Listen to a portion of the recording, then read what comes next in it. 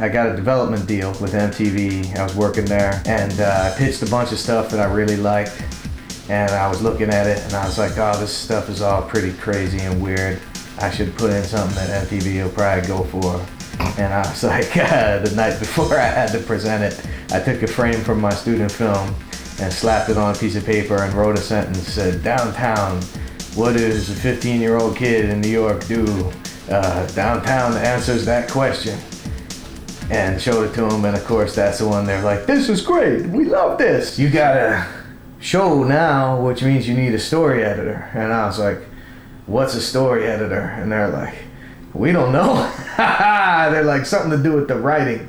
So I was like, I know, I'll just hire some of my friends. So I called George up, I was like, you want to do some writing?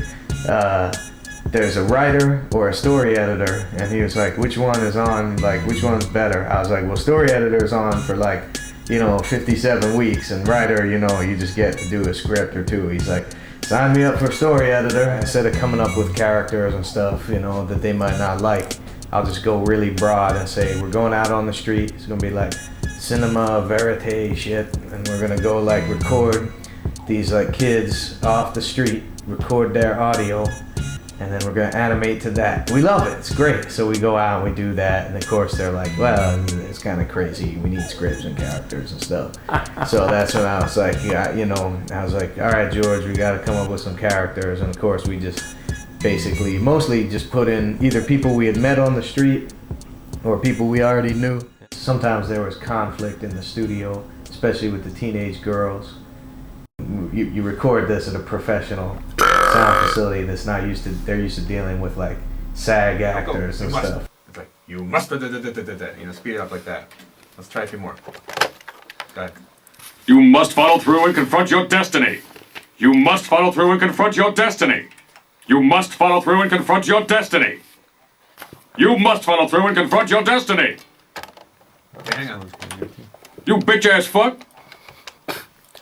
Sorry, it's late. I'm getting a little rowdy. Alex is the character that's most like us. We had to come up with a character that we could really relate to, kind of like a loser who collects action figures and can't get chicks, and is largely based on like George, or George's like inner core. It's his middle name and it's his like spot that he comes from. Although there's a piece of both of us and a lot of our friends in Alex, Yeah. I'd say a lot of that comes out of your soul.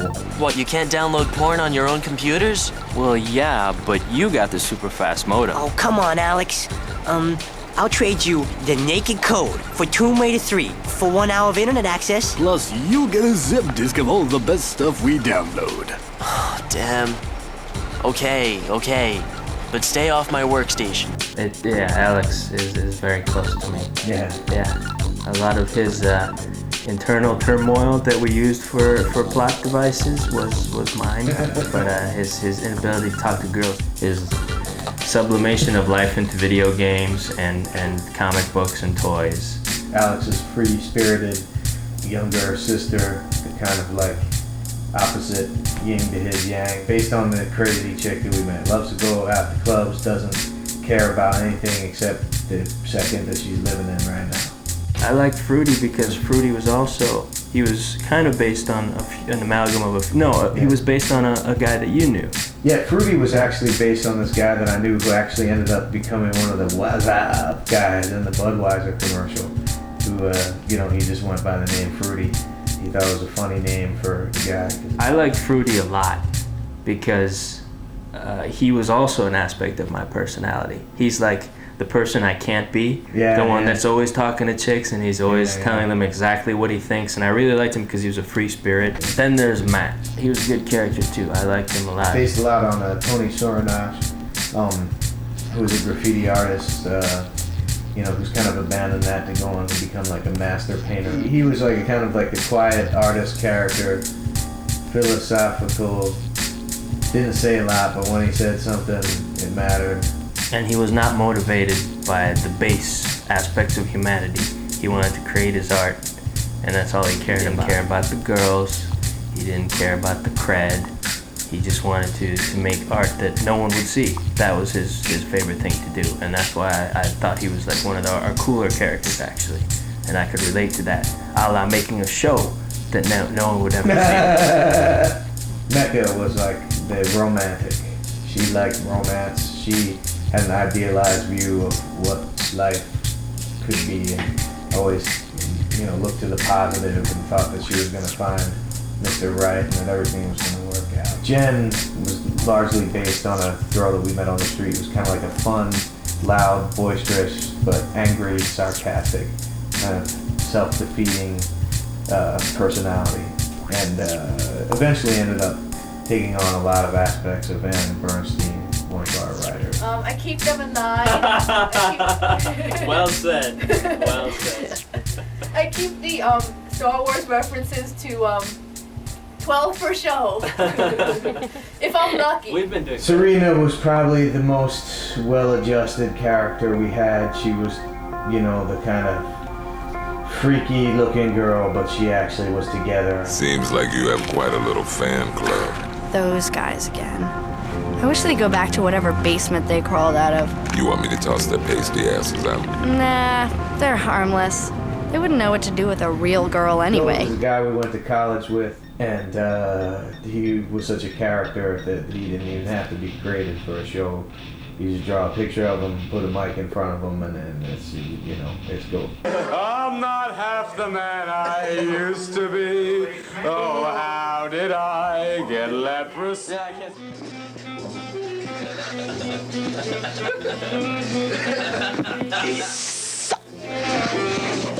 Goat would bang all the fat chicks. Yeah. And he would wear Klingon ceremonial armor. Yeah. While drunk. Yeah. And he'd put axes in tables. Yeah. And he'd pass out drunk and vomit. Yeah. And that was Goat.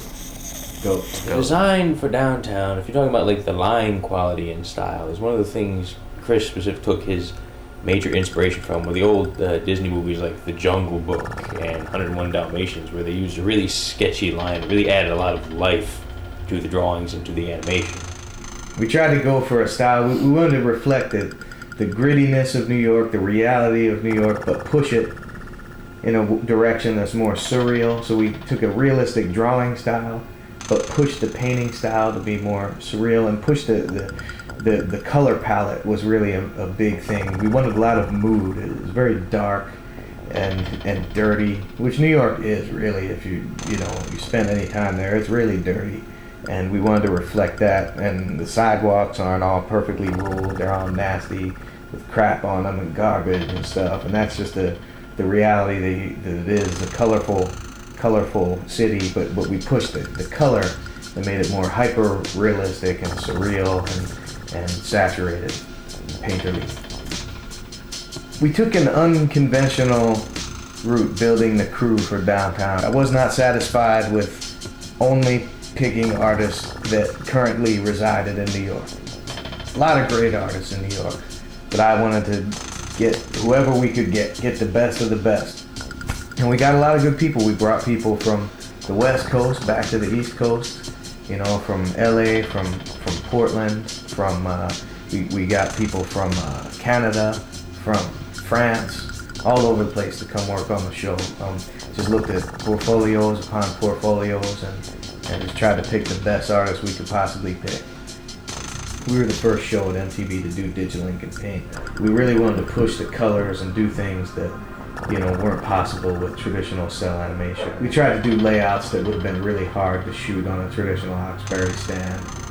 Did a lot of complex compositing. I'll tell you, Han Ying, the Chinese studio, really rose to the occasion. They really did a good job. That digital compositing was pretty new at that point in time, and we were asking them to do very complex shots, and they pulled them off. I'm sitting in a room going over these exposure sheets.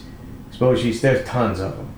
Every little line in an exposure sheet is a frame of film. There's 24 frames in a second, 60 seconds in a minute, 22 minutes in one of the Louis' episodes. lovely drawings. These are Louis' lovely drawings. You can see that here he's explained that Goat, let's see, he starts out in this position and then he does a little anticipation and then he pushes off the bar and turns his head to Alex, and all sorts of lovely things that Louis has decided. A woman sitting over at a bar. So we have a little fugue in a fancy hotel room, and this is the setting. We see Jen sitting here. There's Jen. Jen is all dressed up as like a silly-looking hooker kind of woman. Oh, she's totally a hooker, or a call girl, or maybe an escort. That's right.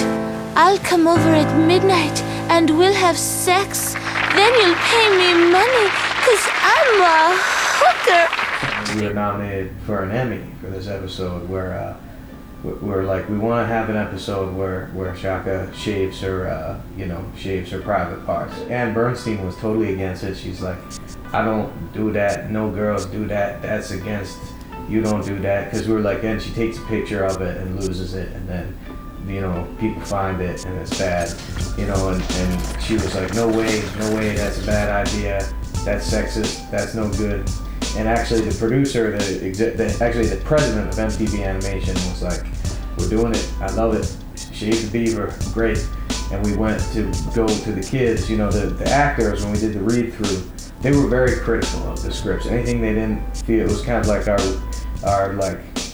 reality filter. And we would give them a certain amount of leeway to change lines and things, like the way they were said and stuff. Say, hey, how can you make this better? And if it fit with what we thought worked for the story, absolutely, they changed it, did a lot of ad-libbing and stuff. So we were kind of like, Anne was like, she's never gonna, Leora, the actress who played Chaka, she's like, she's never gonna go for it. And we'll see.